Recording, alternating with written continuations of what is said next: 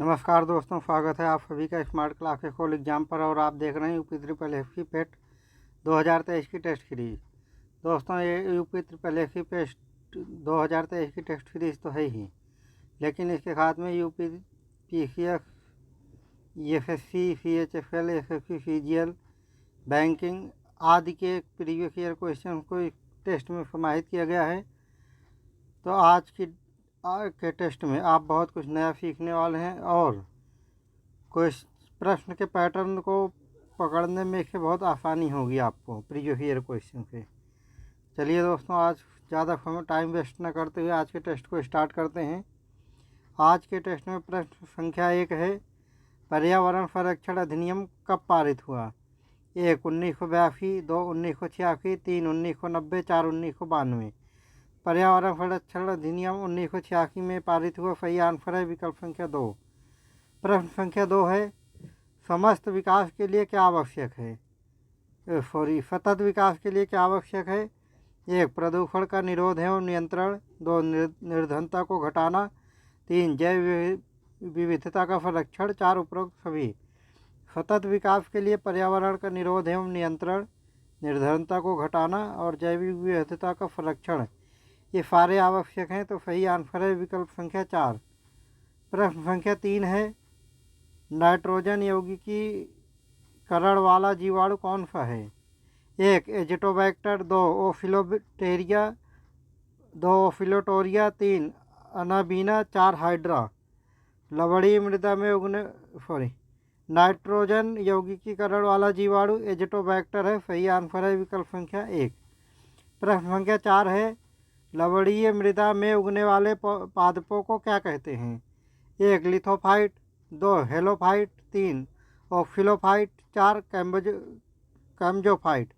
लवणीय मृदा में उगने वाले पादपों को हेलोफाइट कहते हैं। सही आंसर है विकल्प संख्या 2। प्रश्न संख्या 5 है, कौन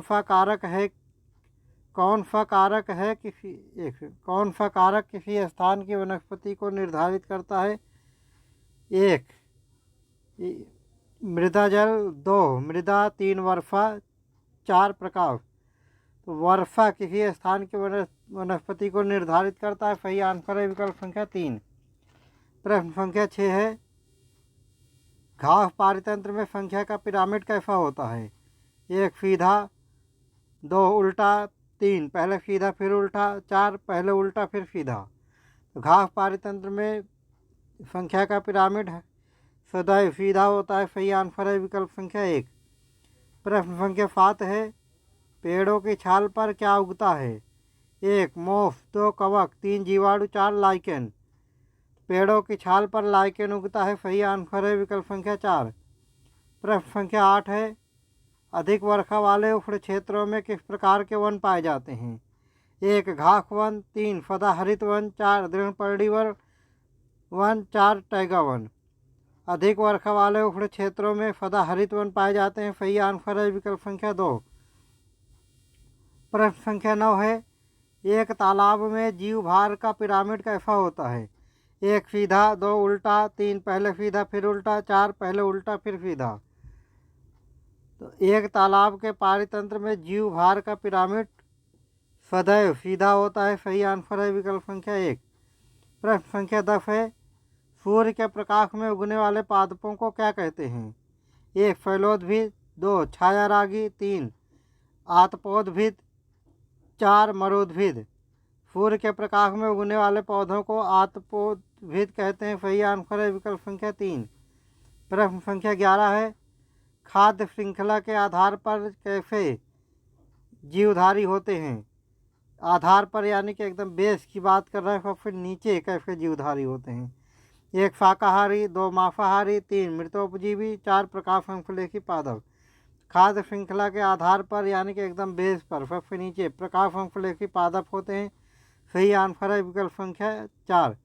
ये जैसे घास हो गए, छोटे छोटे पौधे हो गए जो अपना भोजन स्वयं बनाते हैं। शाकाहारी इनका भोजन करते हैं, भोजन के रूप में लेते हैं। मांसाहारी इनको शाकाहारियों का खाते हैं। मृतोपजीवी ये जो मर जाते हैं, शाकाहारी हो या मांसाहारी हो, तो इनका भोजन के रूप में इनका उपयोग करते हैं। प्रश्न संख्या 12 है, पोफड़ की दृष्टि के अपघटन कौन होते हैं? 1 स्वपोषी, 2 परपोषी, 3 मृतोपजीवी, 4 परजीवी। पोफड़ की दृष्टि के अपघटक मृतोपजीवी होते हैं, यानी कि अपमार्जक भी बोलते हैं इसको, जो इनको सफाई कर्मी भी बोलते हैं, क्योंकि खुले ब्रह्मांड में से केवल यही हैं जो जीवों को एकदम पूर्ण रूप से नष्ट करते हैं या उनके ऊपर स्वयं पैदा हो जाते हैं। प्रश्न संख्या 13, इकोलॉजी या पारिस्थितिकी शब्द का प्रतिपादन किसने किया? 1 अरस्तु, 2 थियोफ्रास्टस, 3 हैकल, 4 डार्विन। इकोलॉजी यानी कि पारिस्थितिकी शब्द का प्रतिपादन हैकल ने किया। सही आंसर है विकल्प संख्या 3। प्रश्न संख्या 14 है, एक पारितंत्र में 2 घटक कौन कौन होते हैं? 1 जीवीय तथा अजीवीय, 2 पादप एवं प्राणी, 3 मांसाहारी एवं शाकाहारी, 4 स्वपोषी एवं परपोषी।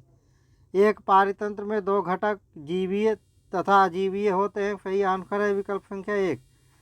प्रश्न संख्या 15 है, कौन सा पारितंत्र प्राकृतिक है? 1 आम का बाग, 2 एक्वेरियम, 3 घास का मैदान, 4 धान का खेत। तो धान का खेत पारितंत्र, सॉरी घास का मैदान जो पारितंत्र है प्राकृतिक है। बाकी आम का बाग मनुष्य लगाता है कृत्रिम रूप से, एक्वेरियम कृत्रिम है और धान का खेत भी कृत्रिम है। प्रश्न संख्या 16 है, ओजोन का सर्वाधिक संकेंद्रण कहाँ मिलता है? 1 आयन मंडल में, 2 मध्य मंडल में, 3 समताप मंडल में, 4 क्षोभ मंडल में। ओजोन का सर्वाधिक संकेंद्रण समताप मंडल में मिलता है। सही आंसर है विकल्प संख्या 3। प्रश्न संख्या 17 है, क्षारीय मृदा को सुधारने के लिए किस खनिज का प्रयोग किया जाता है? 1 मैग्नेटाइट, 2 पाइराइट, 3 कैल्साइट, 4 फास्फोरस। क्षारीय मृदा को सुधारने के लिए पाइराइट खनिज का प्रयोग किया जाता है। सही आंसर है विकल्प संख्या 2। प्रश्न संख्या 18 है, क्वार्टजाइट किसका कायांतरित रूप है? 1 बलुआ पत्थर, 2 चूना पत्थर, 3 ऑक्सीडियन, 4 लाल पत्थर। क्वार्टजाइट बलुआ पत्थर का कायांतरित रूप है। सही आंसर है विकल्प संख्या 1। प्रश्न संख्या 19 है, महासागरों में पाए जाने वाले प्रवाल भित्तियों के विरंजन का क्या कारण है? विरंजन यानी कि जो अपना रंग, उनका रंग हट जा रहा है, सफ़ेद होते जा रहे हैं। 1 ओजोन क्षरण, 2 अम्ल वर्षा, 3 जल प्रदूषण, 4 ग्लोबल वार्मिंग। तो महासागरों में पाए जाने वाले प्रवाल भित्तियों के विरंजन का कारण है ग्लोबल वार्मिंग, क्योंकि गर्मी के कारण उनका रंग फीका पड़ता जा रहा है। प्रश्न संख्या 20 है, पूरी पृथ्वी पर कौन सा तत्व सर्वाधिक पाया जाता है? 1 एल्यूमिनियम, 2 लोहा, 3 ऑक्सीजन, 4 सिलिकॉन। तो पूरी पृथ्वी पर लोहा सर्वाधिक पाया जाता है। सही आंसर है विकल्प संख्या 2। प्रश्न संख्या 21 है, भारत का सुंदर वन किसका उदाहरण है? 1 ज्वारीय वन, 2 शीतोष्ण वन, 3 सदाबहार वन, 4 उपरोक्त सभी। भारत का सुंदर वन ज्वारीय वन का उदाहरण है। सही आंसर है विकल्प संख्या 1। ज्वारीय वन ऐसे वन होते हैं जो समुद्रों के किनारे पाए जाते हैं और वहाँ से आने वाले तूफानों से जमीन की मतलब स्थल भागों की रक्षा करते हैं। सही प्रश्न संख्या 22 है, भारत का वन प्रबंधन संस्थान कहाँ है? 1 हरिद्वार, 2 देहरादून, 3 भोपाल, 4 लखनऊ। तो भारत का वन प्रबंधन संस्थान, एक सेकंड दोस्तों, भोपाल में है। सही आंसर है विकल्प संख्या 3। प्रश्न संख्या 23 है, साल, सागौन तथा शीशम किस बायोम के वृक्ष हैं? 1 सदाबहार, 2 मानसूनी, 3 विषुवतरेखीय, 4 पर्वतीय। तो साल, सागौन, शीशम ये मानसूनी बायोम के वृक्ष हैं। सही आंसर है विकल्प संख्या 2, यानी कि जहाँ मानसूनी वर्षा होती है वहाँ पाए जाते हैं। प्रश्न संख्या 24 है, सौर ऊर्जा की सबसे महत्वपूर्ण भूमिका किसमें है? 1 नाइट्रोजन चक्र में, 2 फास्फोरस चक्र में, 3 ऑक्सीजन चक्र में, 4 कार्बन चक्र में।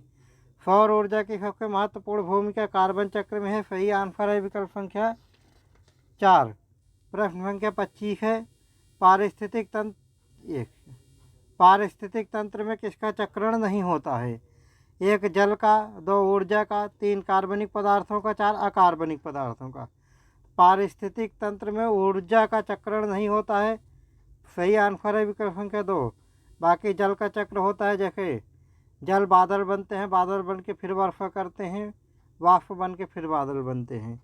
ऐसे ही कार्बनिक पदार्थों का चक्रण होता है और ऐसे ही अकार्बनिक पदार्थों का चक्रण होता है, लेकिन ऊर्जा का चक्रण नहीं होता है। प्रश्न संख्या 26 है, अपघटक किस पोषक स्तर के जीव हैं? 1, 2, 3, 4। अपघटक चौथे पोषण स्तर के जीव हैं। सही आंसर है विकल्प संख्या 4। पहले के हैं प्रकाश संश्लेषी पौधे, दूसरे हैं शाकाहारी, तीसरे हैं मांसाहारी, चौथे हैं अपघटक। प्रश्न संख्या 27 है, पारिस्थितिक तंत्र के तत्वों के चक्रण को क्या कहते हैं? 1, रासायनिक चक्र, 2, भू रासायनिक चक्र, 3, जैव भू रासायनिक चक्र, 4, भूगर्भ चक्र। पारिस्थितिक तंत्र के तत्वों के चक्रण को जैव भू रासायनिक चक्र कहते हैं। सही आंसर है विकल्प संख्या 3। प्रश्न संख्या 28 है, नाइट्रोजन वर्गीकरण में क्या परिवर्तन होता है? 1, नाइट्रोजन का अमोनिया में, 2, नाइट्रोजन का नाइट्रेट में, 3, उपरोक्त दोनों, 4, इनमें से कोई नहीं। तो नाइट्रोजन के वर्गीकरण में नाइट्रोजन का अमोनिया में भी परिवर्तन होता है और नाइट्रोजन का नाइट्रेट में भी परिवर्तन होता है। सही आंसर है विकल्प संख्या 3। प्रश्न संख्या 29 है, खगोलीय दूरी मापने की सबसे बड़ी इकाई क्या है? 1, पारसेक, 2 किलोमीटर, 3, प्रकाश वर्ष, 4, समुद्री मील। खगोलीय दूरी मापने की सबसे बड़ी इकाई पारसेक है। सही आंसर है विकल्प संख्या 1। प्रश्न संख्या 30 है, प्रकाश के डॉपलर द्वारा क्या ज्ञात किया जाता है? डॉपलर प्रभाव द्वारा क्या ज्ञात किया जाता है? 1, देशांतर की दूरी, 2, उपग्रहों की गति, 3, तारों एवं गैलेक्सियों की गति, 4, पृथ्वी की घूर्णन गति। तो डॉपलर प्रभाव के द्वारा तारों एवं गैलेक्सियों की गति मापा जाता है। तो सही आंसर है विकल्प संख्या 3। प्रश्न संख्या 31 है, मैसोन कहाँ पाए जाते हैं? 1, एक्स किरणों में, 2, बीटा किरणों में, 3, अल्फा किरणों में, 4, गामा किरणों में। तो मैसोन एक्स किरणों में पाए जाते हैं। सही आंसर है विकल्प संख्या 1। प्रश्न संख्या 32 है, किस दूरी को एक खगोलीय एकक की दूरी कहते हैं? 1, पृथ्वी और चंद्रमा के बीच की दूरी, 2, पृथ्वी और सूर्य के बीच की दूरी, 3, पृथ्वी और शुक्र के बीच की दूरी, 4, पृथ्वी और अंतरिक्ष रिसर्च सेंटर के बीच की दूरी। एक खगोलीय दूरी, एकक या इकाई, पृथ्वी और सूर्य के बीच की दूरी को एक खगोलीय दूरी कहते हैं। सही आंसर है विकल्प संख्या 2। प्रश्न संख्या 33 है, गैलेक्सी क्या है? 1, ग्रहों का समूह, 2, उल्का पिंडों का समूह, 3, तारों का समूह, 4, आकाशगंगाओं का समूह। गैलेक्सी तारों का समूह है। सही आंसर है विकल्प संख्या 3। प्रश्न संख्या 34 है, ब्लैक होल की जानकारी सर्वप्रथम किसने दी? 1, एस चंद्रशेखर ने, 2, कोपरनिकस ने, 3, वाराहमिहिर ने, 4, हैकल ने। ब्लैक होल यानी कि काला विविर भी बोलते हैं हिंदी में, इसको इंग्लिश शब्द है, कि सर्वप्रथम जानकारी एस चंद्रशेखर ने दी, तो इसको चंद्रशेखर होल भी बोलते हैं। सही आंसर है विकल्प संख्या 1। प्रश्न संख्या 35 है, प्रकाश वर्ष का वेग सर्वप्रथम किसने मापा था? 1, गैलीलियो ने, 2, रोमर ने, 3, कोपरनिकस ने, 4, हैकल ने। प्रकाश वर्ष का वेग सर्वप्रथम रोमर ने मापा था। सही आंसर है विकल्प संख्या 2। प्रश्न संख्या 36 है, हमारे अंतरिक्ष में कितने तारामंडल हैं? 1, 78, 2, 88, 3, 98, 4, 108। हमारे अंतरिक्ष में 88 तारामंडल है। सही आंसर है विकल्प संख्या 2। प्रश्न संख्या 37 है, किसी तारे का रंग किस पर निर्भर करता है? 1, उसके ताप पर, 2, उसके द्रव्यमान पर, 3, उसके घनत्व पर, 4, उपरोक्त सभी। तो किसी तारे का रंग उसके ताप पर निर्भर करता है। सही आंसर है विकल्प संख्या 1। प्रश्न संख्या 38 है, सी ऑफ ट्रैंक्विलिटी कहाँ है? 1, पृथ्वी पर, 2, सूर्य पर, 3, चंद्रमा पर, 4, मंगल ग्रह पर। सी ऑफ ट्रैंक्विलिटी चंद्रमा पर है। सही आंसर है विकल्प संख्या 3। प्रश्न संख्या 39 है, पृथ्वी और चांद के बीच का अंतरिक्ष क्या कहलाता है? 1, शिशु लूनर, 2, नेबुला, 3, उपभू, 4, अपभू। पृथ्वी और चांद के बीच का अंतरिक्ष शिशु लूनर कहलाता है। सही आंसर है विकल्प संख्या 1। उपभू, चंद्रमा के सबसे चमकीले भाग को उपभू कहते हैं और चंद्रमा के सबसे डार्क पार्ट को अपभू कहते हैं। तो सही आंसर है विकल्प संख्या 1। और नेबुला एक तारा है। प्रश्न संख्या 40 है, गृह कक्षा नियमों की ये ग्रह होगा। ग्रह कक्षा नियमों की खोज किसने किया? 1 कोपरनिकस ने, 2 गैलीलियो ने, 3 हैकल ने, 4 कैपलर ने। तो ग्रह कक्षा नियमों की खोज कैपलर ने किया था। और कैपलर ने ही सौर मंडल की भी ग्रह कक्षा नियमों की खोज कैपलर ने किया था। और कोपरनिकस ने सौर मंडल की खोज की थी। और हैकल ने पारिस्थितिकी शब्द का प्रतिपादन किया था। और गैलीलियो ने दूरबीन का आविष्कार किया था।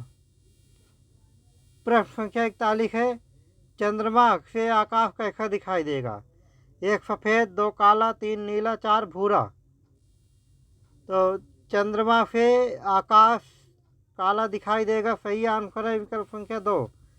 प्रश्न संख्या 42 है, कोरोना ग्राफ से क्या मापा जाता है? 1 तारों के बीच की दूरी, 2 पृथ्वी और सूर्य के बीच की दूरी, 3 अंतरिक्ष में उठने वाले तूफान, 4 प्रकाश की चाल। कोरोना ग्राफ से अंतरिक्ष में उठने वाले तूफान को मापा जाता है। सही आंसर है विकल्प संख्या 3। प्रश्न संख्या 43 है, तड़ित चालक बनाने के लिए किस धातु का प्रयोग किया जाता है? 1 कोपरनिकस, 2 जिंक, 3 सिल्वर, 4 लोहा। तड़ित चालक बनाने के लिए कॉपर का प्रयोग किया जाता है। सही आंसर है विकल्प संख्या 1। प्रश्न संख्या 44 है, किन 2 ग्रहों के पास उपग्रह नहीं है? 1 बुध, शुक्र और मंगल, 2 शुक्र और जुपिटर, 3 शुक्र और नेपच्यून, 4 शुक्र और बुध। शुक्र और बुध के पास एक भी उपग्रह नहीं है। सही आंसर है विकल्प संख्या 4। जुपिटर के पास सबसे ज़्यादा उपग्रह हैं। और मंगल के पास 2 उपग्रह हैं, फाबोस एवं डीमोस। प्रश्न संख्या 45 है, किस ग्रह का द्रव्यमान सबसे कम है? 1 बुध, 2 शुक्र, 3 पृथ्वी, 4 मंगल। बुध ग्रह का द्रव्यमान सबसे कम है। सही आंसर है विकल्प संख्या 1। प्रश्न संख्या 46 है, मकर रेखा कहाँ से नहीं गुजरती है? 1 अर्जेंटीना, 2 चिली, 3 बोलीविया, 4 ब्राज़ील। तो मकर रेखा वैसे तो 14 देशों से होकर गुजरती है, लेकिन इसमें जो ऑप्शन दिए गए हैं उसमें से अर्जेंटीना, चिली और ब्राज़ील से गुजरती है, लेकिन बोलीविया से नहीं गुजरती है। तो सही आंसर है विकल्प संख्या 3। प्रश्न संख्या 47 है, मध्य रात्रि का सूर्य कहाँ दिखाई देता है? 1 उत्तरी ध्रुव पर, 2 दक्षिणी ध्रुव पर, 3 विषुवत रेखा पर, 4 6 महीने उत्तरी ध्रुव पर तथा 6 महीने दक्षिणी ध्रुव पर। मध्य रात्रि का सूर्य उत्तरी ध्रुव पर दिखाई देता है। सही आंसर है विकल्प संख्या 1। प्रश्न संख्या 48 है, नॉर्वे में दिखाई देता है। प्रश्न संख्या 48 है, लघु ग्रह की तुलना किससे की जाती है? 1 पुच्छल तारे के, 2 क्षुद्र ग्रह से, 3 धूमकेतु के, 4 उपरोक्त सभी। लघु ग्रह की तुलना क्षुद्र ग्रह से की जाती है। सही आंसर है विकल्प संख्या 2। प्रश्न संख्या 49 है, निक्स एवं